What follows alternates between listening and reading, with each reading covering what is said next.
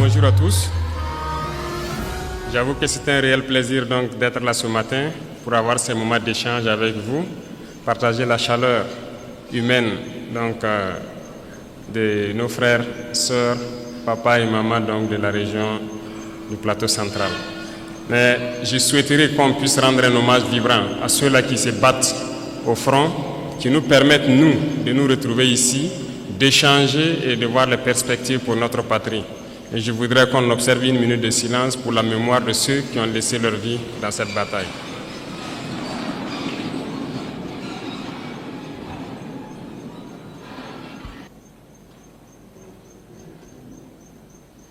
Je vous remercie.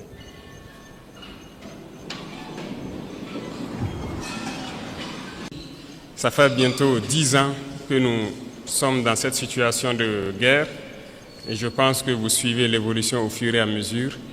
Et j'espère que tout le monde est conscient que nous ne sommes plus dans une guerre de terrorisme, mais dans une guerre d'indépendance.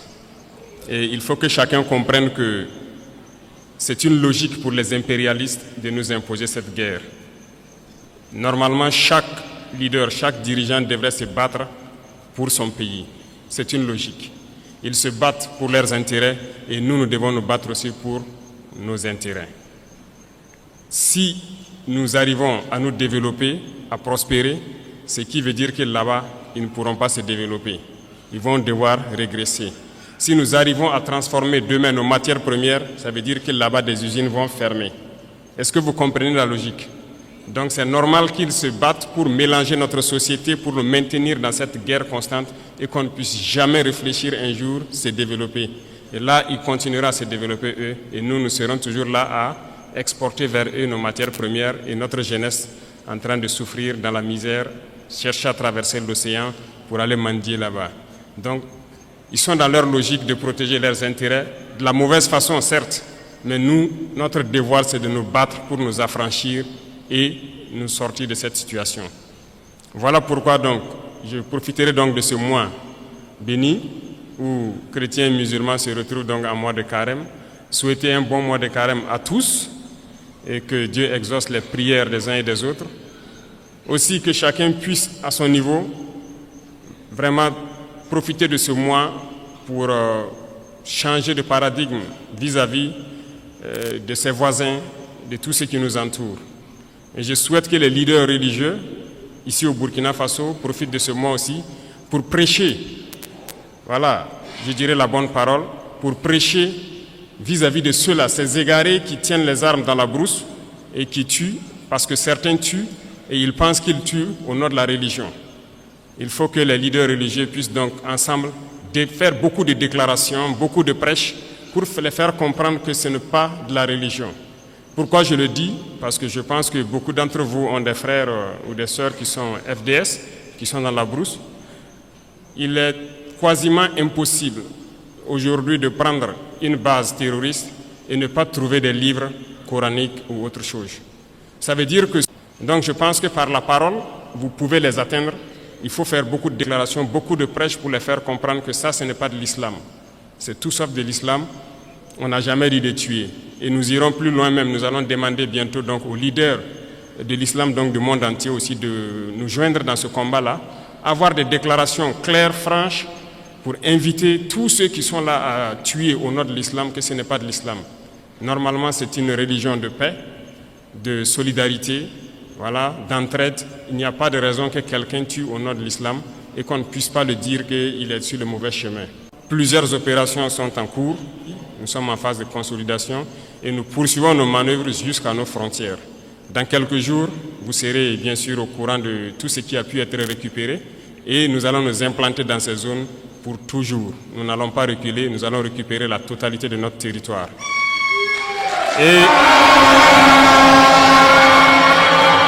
cela va se passer de façon progressive. Il y a peut-être des régions qui sont aujourd'hui, qui semblent ne pas voir certains actes, mais la guerre, c'est de manière évolutive. Nous allons blanchir totalement des zones et arriver au fur et à mesure. Et resserrer l'étau sur ces gens, c'est comme je le dis, ils n'ont que de choix, soit de comprendre le message, de revenir à la patrie, ou bien ils vont disparaître. C'est à eux de choisir. dans ce combat que nous menons aujourd'hui, le plus dangereux, c'est la guerre de communication. Et je pense que ce n'est pas la première fois. Et aujourd'hui, je pense que les Burkinabés, les Africains doivent avoir compris qu'est-ce que c'est que la guerre de communication. Malheureusement ou heureusement pour nous, l'impérialisme, comme disait Thomas Sankara, est un mauvais élève. Un très mauvais élève parce que vous avez beau le chercher de la classe, il va revenir avec les mêmes méthodes. Ils ne peuvent pas changer. Et souvent, ça devient du ridicule. Quand vous prenez aujourd'hui les médias impérialistes, vous voyez ce qu'ils publient. Ils ont procédé par la même méthode pour mettre le feu au Rwanda, par la même méthode pour détruire le Soudan, par la même méthode pour détruire l'Afrique. Ça ne va pas prendre. Et aujourd'hui, je pense que vous êtes bien conscients, ils sont très forts dans manipuler l'information, créer du faux tout autour. Et tenez-vous bien, ces mêmes médias, je le dis aujourd'hui haut et fort, surtout Jeune Afrique, nous ont courtisés au tout début, 2022-2023. Ils sont passés par plusieurs canaux pour nous aborder, pour nous faire payer et laver notre image, comme ils le disent. Nous avons refusé, ils ne peuvent pas le nier parce qu'on a les preuves chez nous. Ils ont envoyé des gens, c'est comme ça qu'ils fonctionnent. Et beaucoup de chefs d'État tombent dans leur piège, ils versent de l'argent chaque mois pour qu'on publie des articles pour laver leur image. Non, c'est dangereux. Ils ne vivent que de ça. Vous payez l'argent, ils mentent, ils lavent votre image. Vous refusez, ils mentent pour détruire votre image. Mais toute l'Afrique doit être mise au courant. Et si l'Africain veut évoluer, c'est d'arrêter d'écouter ces médias mensongers. Parce que tant que vous serez là à écouter une mauvaise information, ça finit par devenir une réalité. Et c'est très dangereux pour nous. La désinformation bat son plein. À notre niveau, on vit ça tous les jours. Et je dis chaque fois aux gens de faire très attention. Tout ça pour diviser, pour mieux régner. Donc, il faut que tout un chacun à son niveau puisse, en tout cas, percevoir les manœuvres de l'impérialisme, pouvoir conseiller l'autre et qu'ensemble, nous restons unis pour construire notre pays. Nous, notre mission, c'est cela. Et nous allons construire le Burkina Faso. Le Burkina Faso sera ce qu'ils n'ont jamais rêvé de voir. L'Afrique doit se réveiller, l'Afrique doit quitter ces situations de conflit.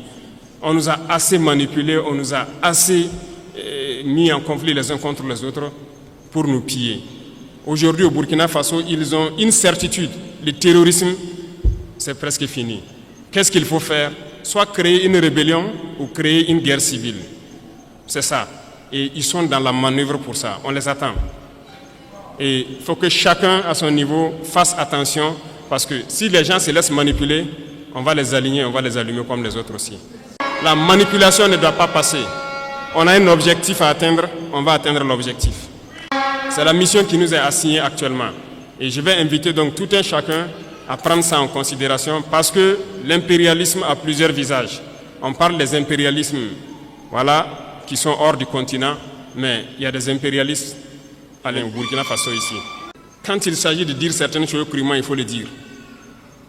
Ça va faire mal, on va se demander pardon, mais il faut qu'on se dise la vérité pour pouvoir avancer. Il y a des gens au Burkina Faso qui ne veulent pas voir les autres évoluer. Il y a des gens qui veulent rester eux seuls au sommet. Non.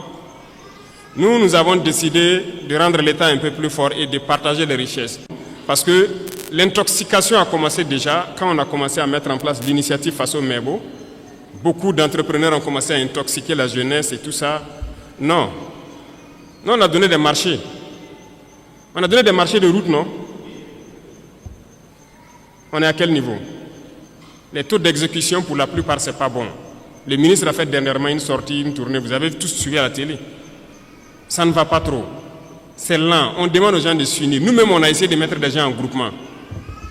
Ils ne veulent pas travailler en groupement. Ça veut dire qu'on les unit d'une manière ou d'une autre pour qu'ils puissent aller vite. Nous, on ne va pas attendre les caprices des uns et des autres et que le Burkina va se développer dans 500 ans, 1000 ans. Non. Nous, c'est dans 5 ans. On veut voir des trucs assez significatifs. Donc, si vous vous unissez, vous aurez plus d'équipement et vous pourrez travailler plus efficacement. Résultat de course, on est en train d'équiper l'ONBA, la Sonaterre. Voilà que tout de suite, les gens demandent l'eau. On est obligé de faire nos barrages nous-mêmes, curer ce qui est là et creuser des points de nous-mêmes. Voilà pourquoi on a payé les équipements pour équiper l'ONBA. Ils sont déjà à RDGO sur la route de Bobo pour faire les premiers barrages. Deuxième chose, ce sont les banquiers. Aujourd'hui, ça nous revient encore beaucoup que beaucoup de banquiers refusent d'accompagner ceux qui gagnent des marchés de l'État et tout ça. Bon, on est là-dessus, il faut que les gens changent de fusil d'épaule. Parce qu'il y a un banquier dans la salle, je ne sais pas, hein. Il n'y en a pas, d'accord. Donc vous les rapporterez, les banquiers. Il faut que ça change. Parce que beaucoup de banques fonctionnent avec l'argent de l'État. On a demandé aux banquiers de rétrocéder une partie, donc c'est ce qu'on appelle les dépôts à terme, les DAT. Ce sont les sociétés d'État qui déposent leur argent dans les banques. On veut notre argent pour faire du travail. Les gens trouvent qu'ils ne peuvent pas donner l'argent parce que ça va affaiblir leur banque. Mais chaque année, les banques ont réalisé tant de milliards d'intérêts nets. L'autre jour à la télé, j'ai regardé une banque qui fait aussi des milliards d'intérêts, ils se partagent. Non. Soit on se comprend vraiment autour d'une table, ou bien nous on va passer à une autre méthode. Et ce matin, je tenais à faire cette déclaration pour que vous compreniez que la bagarre qui va commencer, la poussière va se soulever comme on aime le dire. Mais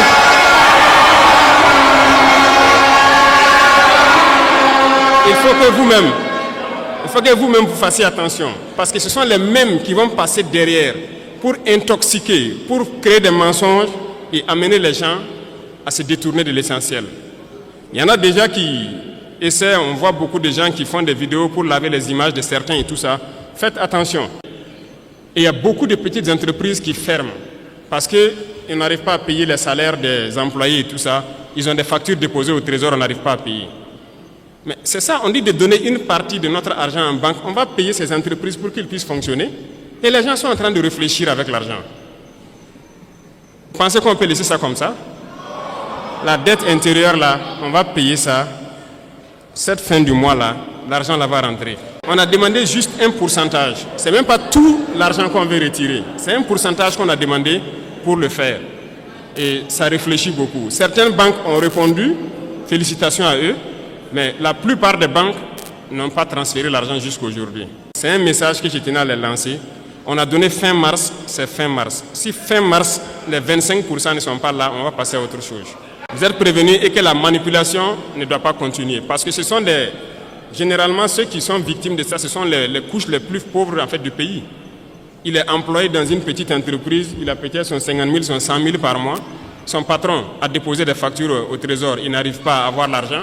Lui, il va perdre son emploi, toute sa famille souffre, pendant que d'autres sont en train de faire des milliards d'intérêts par mois ou par an. Non, ça ne va pas marcher. Donc, il faut se préparer. C'est un autre front qui s'ouvre. Il y aura toutes les manipulations possibles, mais restez serein, il faut qu'on avance. Ceux qui veulent importer quelque chose au Burkina, allez-y au ministère, ils vont vous donner les papiers. Il n'y a pas de deal. Si vous partez là-bas et que quelqu'un dit de payer quoi que ce soit, venez à la présidence même vous plaindre. Il y a un bureau là-bas pour ça. Et on va voir celui qui a demandé l'argent là. Donc, il n'y a pas de deal encore pour avoir une autorisation spéciale d'importer. C'est limpide, c'est clair. Il faut le faire. Ceux-là aussi qui importent, qui viennent cacher aussi dans les magasins pour qu'il y ait l'inflation, je vous en prie, dénichez-les et dites-les d'arrêter. On ne paye pas venir cacher, attendre qu'il y a le manque pour sortir et puis mettre des prix assez élevés. Ils n'ont qu'à arrêter ça. Je pense que le ministère a lancé pour dénicher les magasins que les gens ont construits dans les non-lotis là, pour stocker. Ah, si on prend là, on va vendre gratuitement et verser au trésor. C'est ce que j'ai donné comme instruction. Donc, déclarer les magasins et on va avancer. Donc, je compte sur vous, messieurs les opérateurs économiques, pour que, au sein de vous, que vous vous conseillez et que ce genre de situation-là n'arrive pas. Les gens retiennent.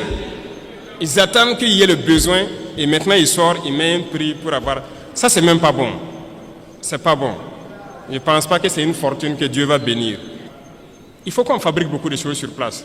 Moi, je suis persuadé que ce soit tricycle électrique ou motorisé, on peut fabriquer. Donc, on veut donner de l'espace à nos jeunes talents pour s'exprimer. En fait, on est en train de vouloir construire un grand centre où on va faire passer des gens et les accompagner pour s'installer. Et ce sont des gens qui vont voir tout ce que nous consommons au quotidien. Qu'est-ce qu'on peut fabriquer au Burkina? Et je sais qu'il y en a des talents un peu partout au Burkina. L'application sera lancée dans peu de temps pour que les jeunes talents s'inscrivent. Dans ce centre-là, on mettra tout en œuvre pour avoir toute la machinerie nécessaire et encadrer les jeunes. Là, s'ils finissent, ils sortent, ils peuvent créer quelque chose. S'il plaît à Dieu, on va mettre une unité de cuir dans la zone de Kaya pour transformer beaucoup de choses sur place nous-mêmes et créer tout ce que nous avons besoin. Tant qu'on ne va pas arriver à cette étape et qu'on va continuer à payer dehors, notre richesse ne va pas nous profiter. Il faut qu'on change de paradigme dès maintenant. C'est là qu'il y a l'emploi. C'est là que les gens vont travailler et c'est là notre vraie indépendance. Dernier point, qui sont donc nos camarades élèves et étudiants, qui ont beaucoup de doléances. En tout cas, je peux vous assurer qu'on connaît tous vos problèmes. On va faire des cités universitaires. Et même les questions des restaurants, de bourses, intermédiaires, tout ça sont des problèmes qu'on connaît. Mais c'est petit à petit. On ne peut pas régler ça tout de suite. Vous avez déjà la construction de la cité ici, c'est ça, le bâtiment administratif.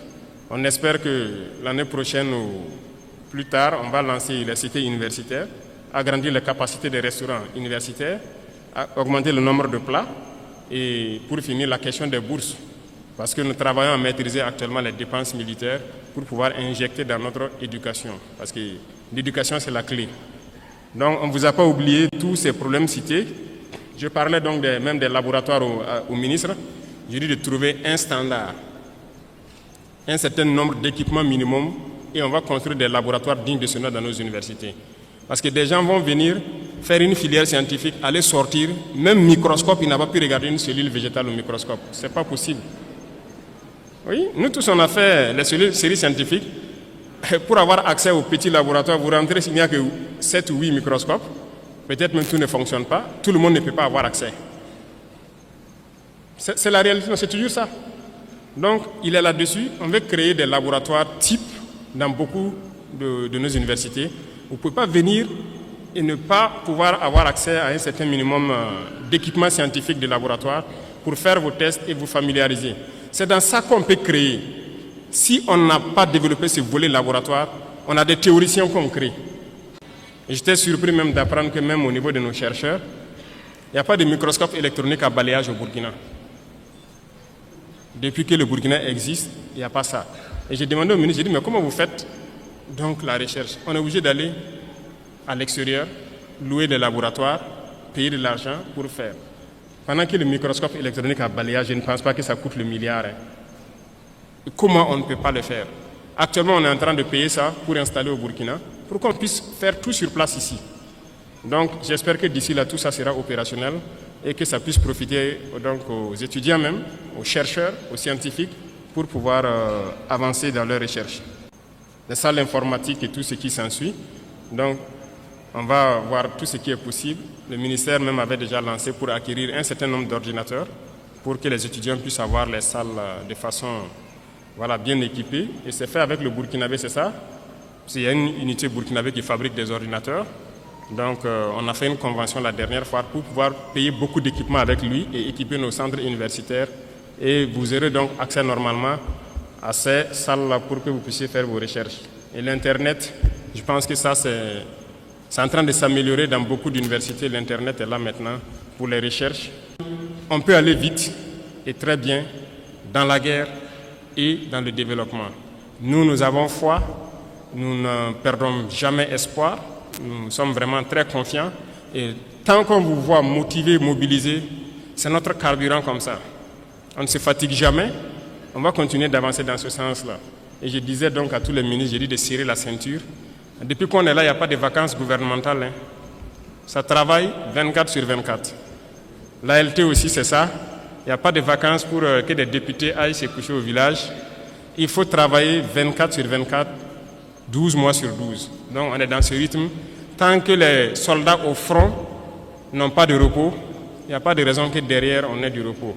Et j'invite donc toute l'administration à se mettre au pas ainsi pour accompagner donc les forces vives dans tout ce qu'ils font. Et donc je pense que petit à petit il y a de la progression, on voit beaucoup de changements de comportement. Il faut qu'on arrive à totalement changer la donne. Le Burkina Faso est une référence et nous devons maintenir le flambeau. Et voilà la fin du discours. Encore une pépite de monsieur le président du Faso, Ibrahim Traoré. À écouter ce monsieur, ça se voit vraiment que il veut voir l'Afrique avancer. Il veut voir le Burkina Faso avancer. Pas que le Burkina seulement, il veut voir l'Afrique avancer. Et c'est ça qu'on veut comme président dans tous les pays africains. Quelqu'un qui dit clairement, qui détaille clairement quels sont leurs objectifs, quels sont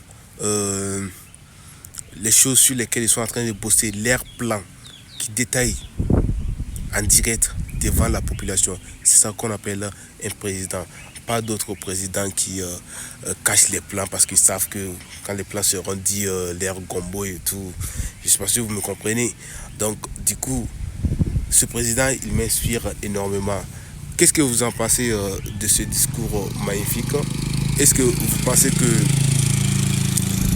les propos de Ibrahim Traoré sont suffisants pour un Burkina meilleur, pour un avenir meilleur pour le Burkina Faso, ou vous pensez qu'il faut encore plus?